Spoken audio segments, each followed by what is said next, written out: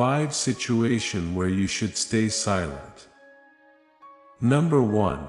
When your judgment is clouded. The first case when you should not speak up is when you are having trouble clearly. This can be for many reasons. Maybe you are tired or under the influence or full of anger or anxiety. In these situations, it's better to wait a little before you speak your mind.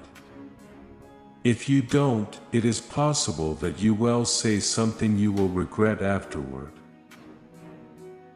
If you give your ideas time to mature and still think the same way, you can talk about it later, but not when you are compromised emotionally or other ways. Number 2. When your words will be hurtful. The second situation in which you should not speak up is when your words are more likely to be hurtful beyond being useful. Sure, there are situations when others need to hear the truth, harsh as it may be, but these situations are rarer than we think. Consider whether the words you want to speak are going to be useful or if you are acting to hurt the other person. Number 3. When your opinion doesn't matter. The next situation when you should not speak up is when your opinion is irrelevant. It's never easy to admit and accept it, however, it's very important, even if our ego doesn't agree.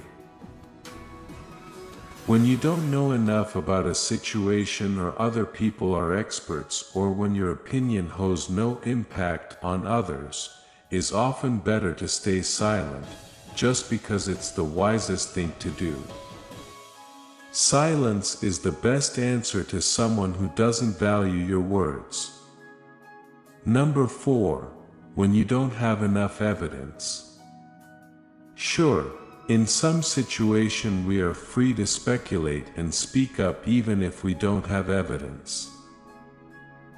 However, this is not always true. When we are talking about something that will likely have a big impact on another person, for instance, on their physical and mental well-being, we should not offer information that is not certain. Hearsay might be fine in some contexts, but if our hearsay can sway a big decision, it's best not to speak. Say, for instance, that a person is considering whether to use a medication that might help them.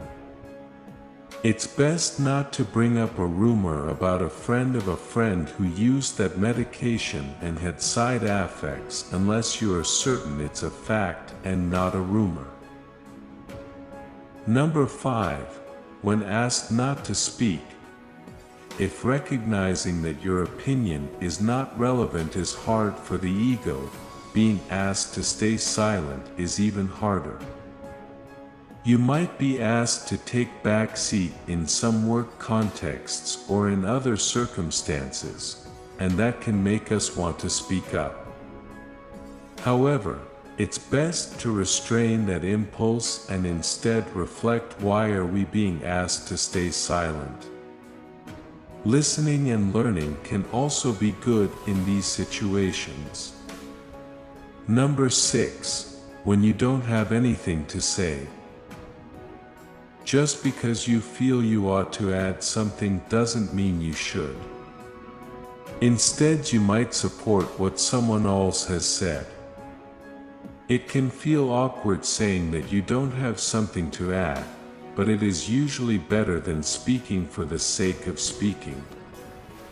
Allow yourself to admit when there is nothing to add. Be careful with your words. Once they are said, they can be only forgiven, not forgotten.